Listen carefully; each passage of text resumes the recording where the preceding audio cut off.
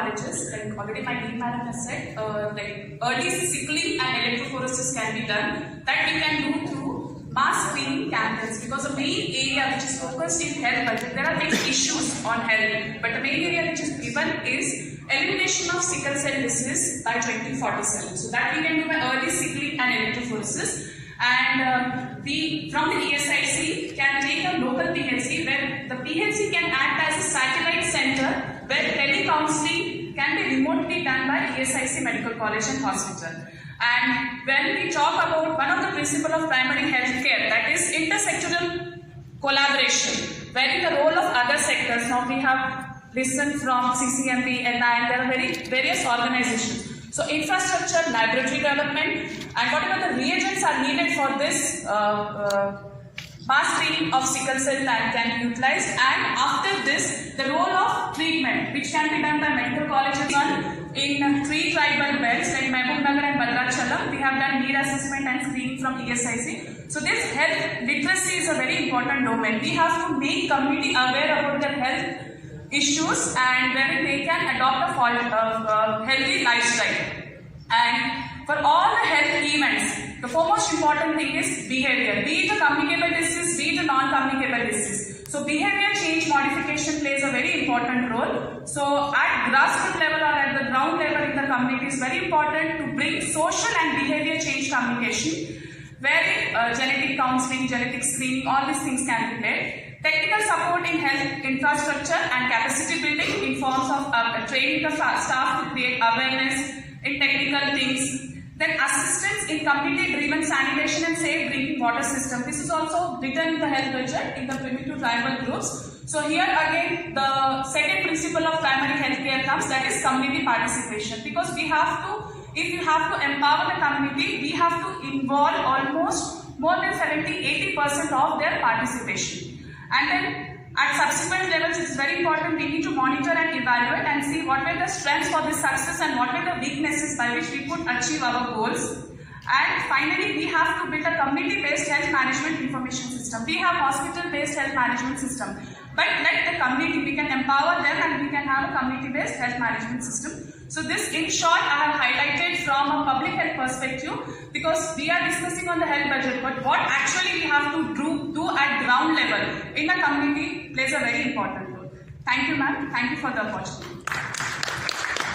I now request Professor Shamanna, Senior Professor, Medical School, University of Hyderabad, to give his speech. Good morning, everyone. At the outset, thank you very much, Honorable Governor Madam, for allowing me to be in place of my Vice Chancellor, who could not make it. I stand in for him, and with your permission, I just want to share a few thoughts in relation to the budget, as well as in relation to the role of Central University, to which Madam Governor is the rector as well. As the rector of the university, I think the universities have a very important role in terms of what we call as university social responsibility. We are thus not an academic and a research institution or a university, but I think the deliverables which we develop within a university has to benefit the public at large. And in that connection, about 12 years ago, we started the School of Medical Sciences, which is very unique. It's not a medical college. It's a School of Medical Sciences, one of the 12 schools in the university. As you know, it's a very multidisciplinary university which straddles management, humanities, social sciences, etc. And within the School of Medical Sciences, we are very fortunate that we have faculty and researchers who look at what is called as bench research or laboratory-based research. We look at bedside research, which is clinical research. And I belong to the fraternity which looks at brass tacks, what is called as public health research. So in that continuum from bench to bedside to brass tacks, I want to place that we have a role to play, as well as we are very, very sort of enthused by the health allocation, especially in this particular budget. Just to add on to what all my, dignitaries said here in terms of the budget, if you look at the last 5 years, the increase has been 27%. And if you look at this year per se, even though there is a 13% increase, it has factored in the inflationary sort of pressures which exist when you have these growths. And that's very important to look at budget in the context of what can inflation do. Are you paying more than what you're supposed to pay, or is it something devalued in terms of the budgetary allocation? That's a very, very significant point. So, as a matter of fact, the flagship program of the government with the National Health Mission has increased from 36,785 crores to 37,159 crores. Again, the National Health Mission is a watershed movement in the country's thing, and I say it's a watershed movement just because this is the only program which probably looks at health system strengthening. It doesn't look at vertical programs of disease control, etc. It looks at strengthening the health systems using all the 6 pillars of the World Health Organization approach. And I think it's very, very important if you look at the budgetary allocations as well. What we discount or what we don't talk of when we look at the health budget per se is so much of allocation which is being done to the social determinants of health.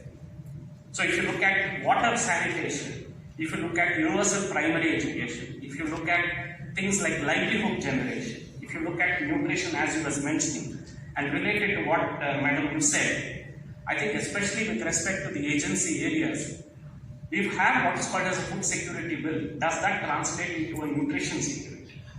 So it's not about providing rations, etc. It's about making sure that it is translated into nutrition security. And especially when we are looking at, say, the agency areas and the tribal population, very critical to look at.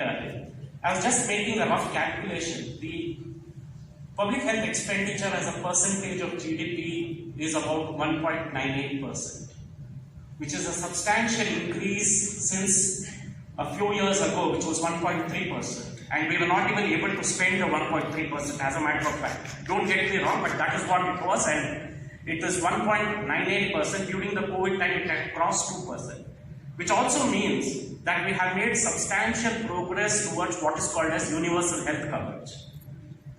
The percentage of allocation towards universal health coverage and sustainable development goals is 10% more than what it was in the last budget. And this is a significant sort of allocation within the overall milieu of looking at budget and the healthcare allocations. My illustrious colleagues have talked about medical and pharma research, and Dr. Shushma, with whom we have MOU from the university with the ESI Medical College, and Dr. Srinivas and myself went to medical school together. So we were able to do a lot of headway there. Technology, especially when you're looking at technology, leveraging technology. Now for the agency areas, if you're looking at a hub and spoke model, the use of bandwidth, which we have with respect to penetration of our networks, becomes very, very important, very paramount in terms of reaching people who can't be reached regularly with the services. I think we have to leverage, telemedicine. And we also have Dr. P. Raghuram, who is the founder director of TamilSai Foundation. And so I would request Dr. P. Raghuram to give his views, and also all the representatives from the other participating institutions, if they would like, and the audience, if they would like to give their views. You're welcome. Sir. Because right from the time you have come during COVID, after COVID, the initiatives that you have conceptualized, designed and implemented are a role model, and it will be very difficult for others to follow your footsteps. And as we are here for this specific purpose, I'd like to recollect what our Honorable Prime Minister Sri Narendra Modi said, that this and an aspirational Bharat, and his Ayushman Bharat scheme, that he has not only shown that he can dream, but he can deliver the dream, has already reached 5,000 crore, poorest of the poor Indians. I am here to only share 2 comments. I will not reflect much more on which has already been elaborated. The first point relating to the budget which was there, which I would like to just touch upon, is about the nursing colleges. 157 new nursing colleges is such a welcome change, adding on to the existing perhaps 900 odd nursing schools. As a doctor, as you know, as I know, and all of us know, a nurse is the nerve center, whether it's a primary health center, district health center, tertiary hospital. Without a nurse, nothing can function. And it is so important that we give so much of importance to nursing care. But I'd like to add here, madam, that if we can also suggest that cancer nursing, which is such an important subspecialty, breast cancer, as you know, is the commonest cancer affecting women in Bharat. Breast cancer nursing is practiced in a very big way abroad. So I think if we can introduce cancer nursing into these nursing schools, although there are some oncology courses for nurses, but cancer nursing and breast cancer nursing is virtually non-existent. The second point which I'd like to convey is a wish for transforming healthcare in our country. Most healthcare in our country is delivered by the private practitioner and private hospitals, with significant out-of-pocket. People go to their doctors, and the once upon a time concept of family doctor is completely gone away, almost gone away. We have got 800,000 practicing doctors, of which 600,000 are there in urban India. Very few, 20% of our general practitioners are in rural India, madam. So I think India must invest in training general practitioners and popularizing this in the MBBS curriculum so that more people take this up. And also the primary healthcare infrastructure, where 70% of our population reside, which is in rural India, still needs to be developed, because we have seen in COVID that the maximum deaths were in those who had comorbidities like hypertension, diabetes. And I think if we have good primary infrastructure, that will take care of it. So a lot of allocation must also be spent for primary health care. And this is just something that I have written, which I'd like to convey.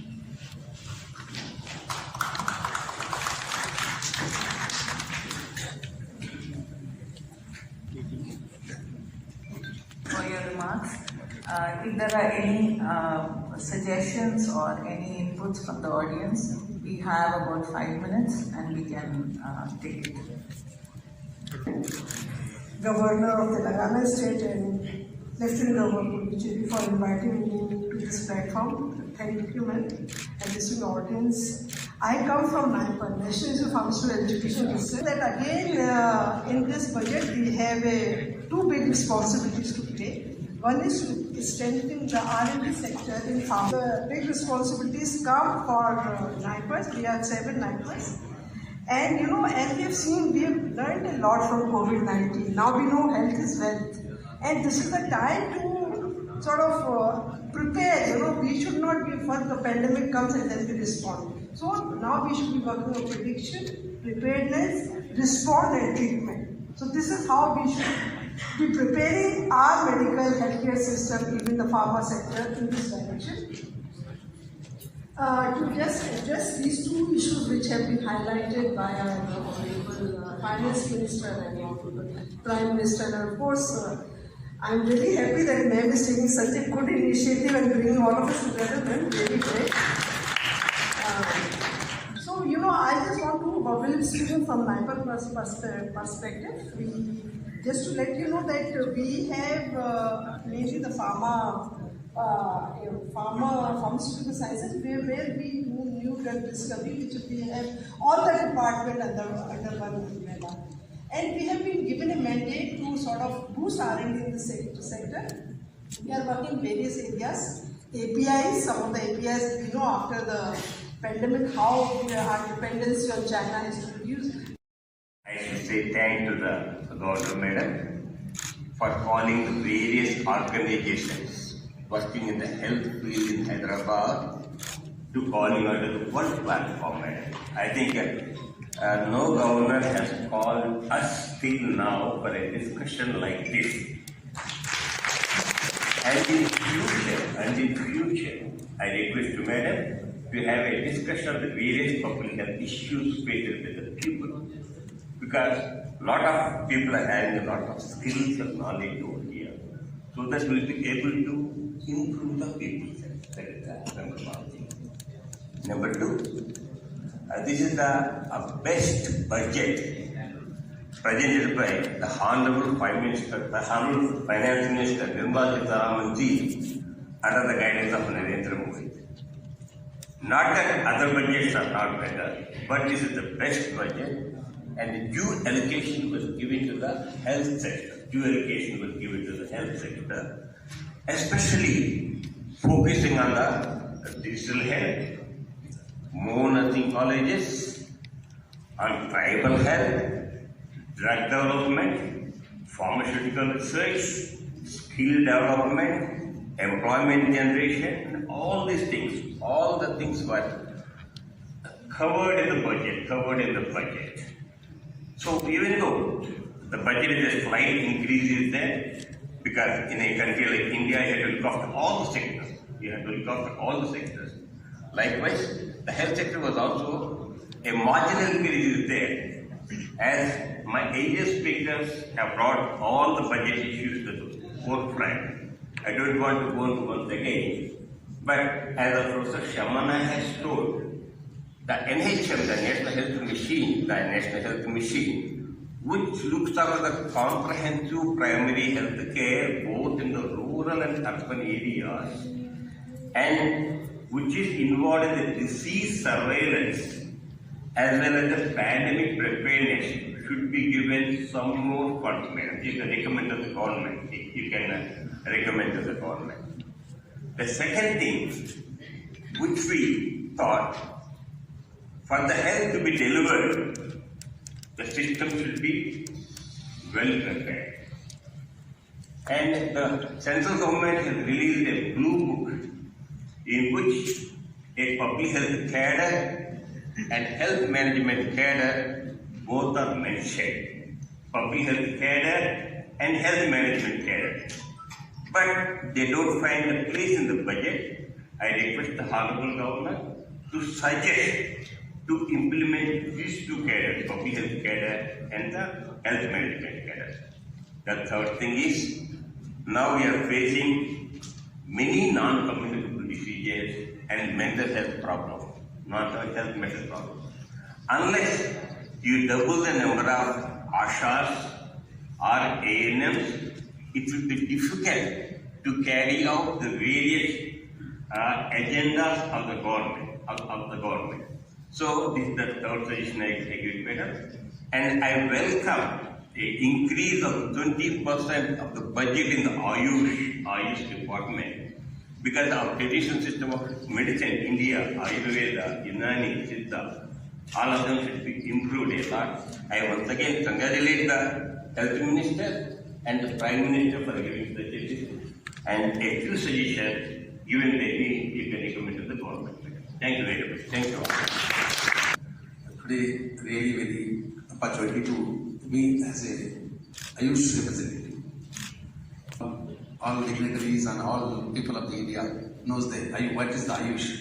Ayush means Ayurveda, Yoga, Unani, Siddha and Homeopathy. This is called Sanskrit thing, and this is the Ayush means health. Very foundation is there. This is suggested at the Sushma Swaraj in first previous year. And really I am very thankful to the madam. Very great opportunity to the all dignitaries. We gathered here, and we are from the Unani medicine. Madam, we are treating vitiligo and skin disorders, psoriasis also. Nowadays, vitiligo also very social stigma, and psoriasis also very social stigma. All are worried about this disease will be not curable in the allopathy. We are commanding on this medicines, and now Madam initiating this budget session. We know health is wealth. All of us know health is wealth. How health is very important. Madam, we are treating in the school health program also. All of we know on the 14th November is a Children's Day, as well as the Diabetes Day. That's why we organized one school health program. All government schools will come to our institute, and we take the opportunity to prevent the diabetic in the childhood level also. And Madam, we need a budget in the school health program also, and we need awareness of our health. We take food from the morning, 3 part of the food in the breakfast, and 2 is in afternoon. Only 1 part is the night. But we are taking opposite. That's why our health is going on deterioration. Madam knows everything. This is my second visit to the madam, and very thanks to the organizing this such type of event. I always ready to work with collaboration, and NIPAR also we are collaborating, ICMR also we are collaborating, and we are starting Ayush toothpaste also in collaboration with NIPAR. And if such type of events will be having, definitely we will cooperate and cooperate. Thank you very much. Also been invited for this function, madam. This is first time we are visiting this organization. I represent CCRS, Central Council for Research in Ayurvedic Sciences, Ministry of Ayush. Myself, Dr. G.P. Prasad, Assistant Director, National Institute of Indian Medical Heritage. Our CCA fundamental and literal 20,000 books, all on all medical systems. We are having medical historical library. So our institute is doing on literary research, especially we are developing e-books. We are developing IT-related tools regarding Ayush systems. So we are also involved in outreach activities, madam. Till 2019, our institute was having tribal healthcare research program. With that program, we treated more than 7,000 patients. We are having collaboration with the NIN also, madam. We are having collaboration with the ICMR institutions. We run a clinic at the Cantonment Medical Clinic in CCMP and even NGRI also. So I am also very thankful for the Dean ESI, madam. So I worked earlier in Nagpur and even in Vijayawada also. So through our tribal healthcare program, we treated many malarial patients. What madam is telling is regarding Parjata Patra Ganapati and Ayush 64. This Parjata Patra Ganapati is given for the treatment of malaria. Even Ayush 64 was also given. We have wonderful results, madam. So like that, we are having many programs through our institute. We are conducting. Thank you, madam, for giving opportunity. Thank you. Our National Medical Council, Telangana, and your institutes, the main Institute of Oncology Senior Faculty, for which you are the chairwoman, because it belongs to Schedule 10, common for Telugu, Telangana, and Andhra Pradesh. We had built from Red Cross Cancer Center, madam. In Nellore, it has gone to Nellore, madam. Our great president has inaugurated that, and I was too great for him. We now require, madam, aims we have, madam. We don't mean like it is undergraduate institute, but if it requires to become postgraduate institute or ESA Medical College or every hospital or military hospital, they already have clinical courses. If they have to make it a postgraduate institute, madam, as per the Medical Council recommendations, they should have cancer center. Since in Telangana we have only a main Institute of Oncology, so if we can start a cancer center at AIMS or ESA Medical College, because ESA Medical College patients are coming to NIMS and they're paying huge amounts for treatment, or MNJ, where we are of course taking free. In Railway Hospital also, in Calcutta Railway Hospital we have a cancer center. In Railway Hospital, Secretariat, which has GMP courses for super specialties also, madam. If we can have a cancer center, the funds will come from cancer control program. 130 crores for establishing the cancer center. And the funds of the Railway Hospital can also be used. You can give me right next to whatever you are talking. Yeah. Give me writing. Yeah. When you give it, Okay. Thank you. National Managing Board member. Basically, I am a professor of orthopedics. Also, Indian Medical Association Central Working Committee member. Just I want to share, this on the dice and off the dice. I want to share only 2-3 things. One is the acknowledging the proactive manner in which Honorable Governor Madam given the opportunity for the Red Cross to associate it with the agency areas of 3 districts, Adilabad, Nagarkarnool and Bhadrachalam and whatnot. So there are other programs also, Madam. And as the Red Cross, my core activity is the blood center.